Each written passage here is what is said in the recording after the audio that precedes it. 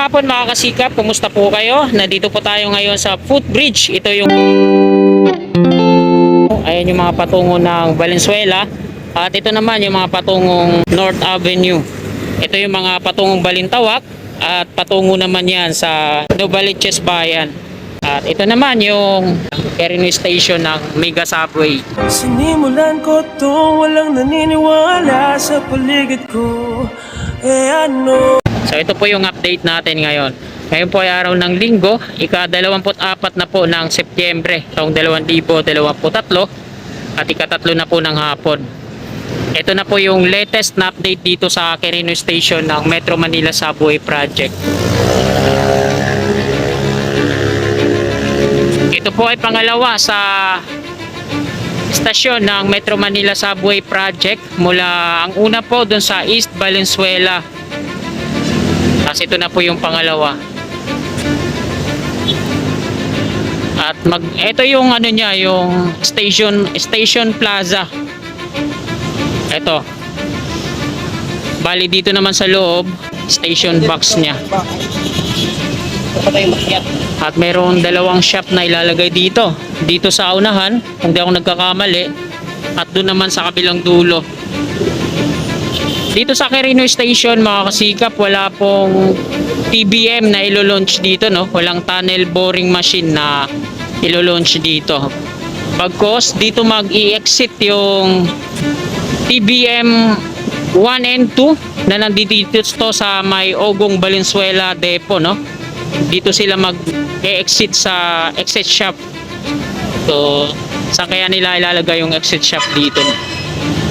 Tapos yung nandun naman sa Tandang Sora, TBM number 5 and 6 patungo dito sa Quirino Station ng Metro Manila Subway Project. Dito din sila mag-exit.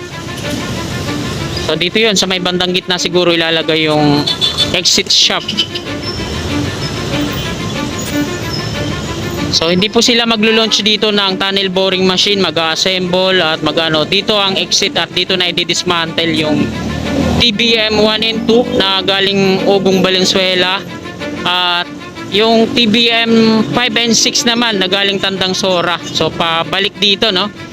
Yung galing sa Ogong Depot ay patungo dito, no, pa-forward patungo dito sa Quirino Station ng Metro Manila Subway Project. At yung galing naman dun sa Tandang Sora, pabalik naman dito.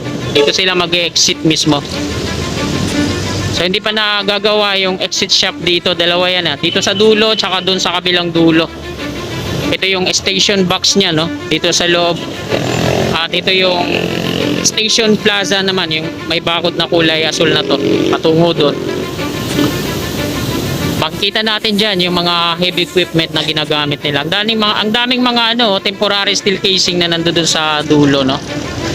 Ito yung mga bore piling machine, ang dami na ito.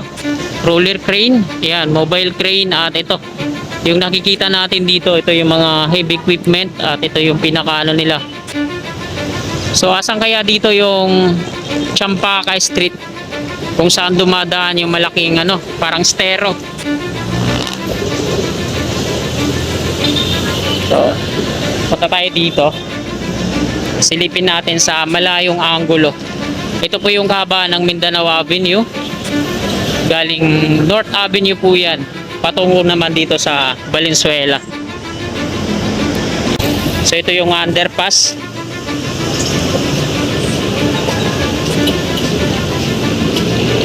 Ito yung pa-southbound.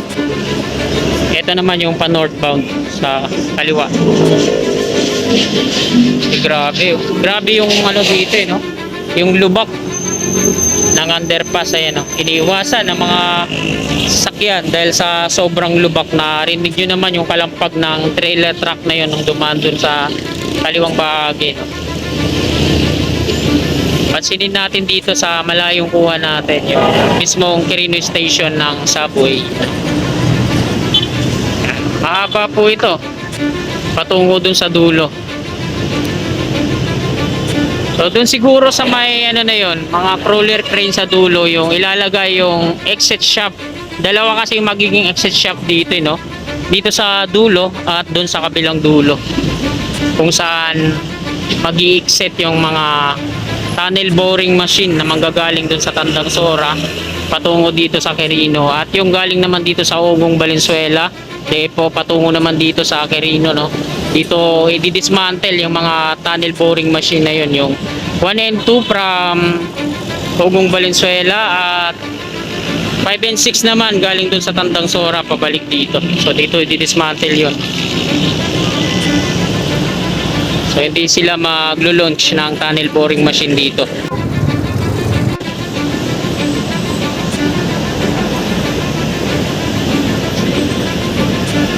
So shout out sa mga kasikap nating mga kako-vlogger ko na nagko-cover po dito, no? Na ngayon lang ulit ako nagawi dito nang hindi inaasahan.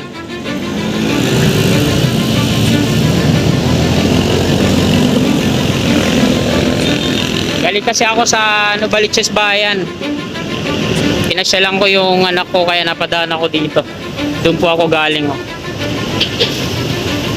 Ito po yung paligid dito. Ito yung tagos ng underpass. Patungong Valenzuela po yan. Ito yung mga sasakyan na yan. Patungong EDSA po yan. Balintawak, NLEX.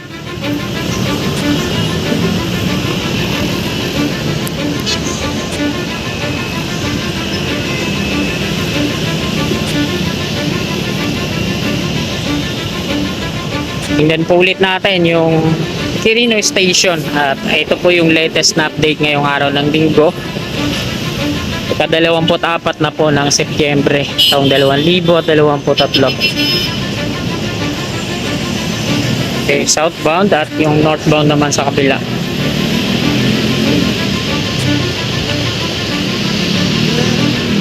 Ay, Ako sir, ganda nga po. Bawal po sir mag-update hindi dito. tayo pwedeng mag-ano dyan sir.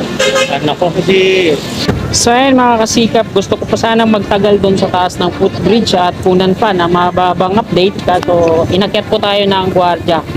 At pinapalaan na bawal po talaga ang mag-cover o mag-update dito sa Quirino Station ng Metro Manila Subway Project. Pinakiusapan naman po ako na maayos at mabait naman si Kuya Guard. Actually, ginagawa lang naman nila yung trabaho nila, no? Kung ayun po yung utos sa kanila, sinusunod lang po nila yan. Tayo namang mga vlogger, matuto naman din tayong sumunod kung ano po yung nilalatag nila, batas kung sinita tayo. So sabi niya, bawal na po mag-cover po dyan at mag-update.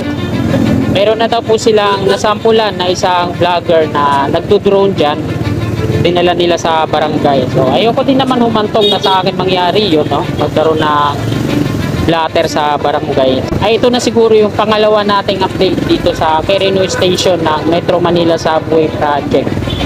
So mas maganda na yun na pinagsabihan muna tayo, winarningan tayo, kaysa naman sa bigla na lang tayong dalhin sa barangay, di ba? Mas okay yung ganun.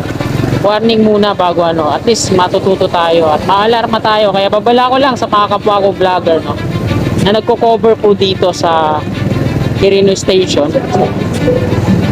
Dapat nyo malaman to na sinabi sa akin ni Kuya Guard na bawal na daw po mag-cover dyan.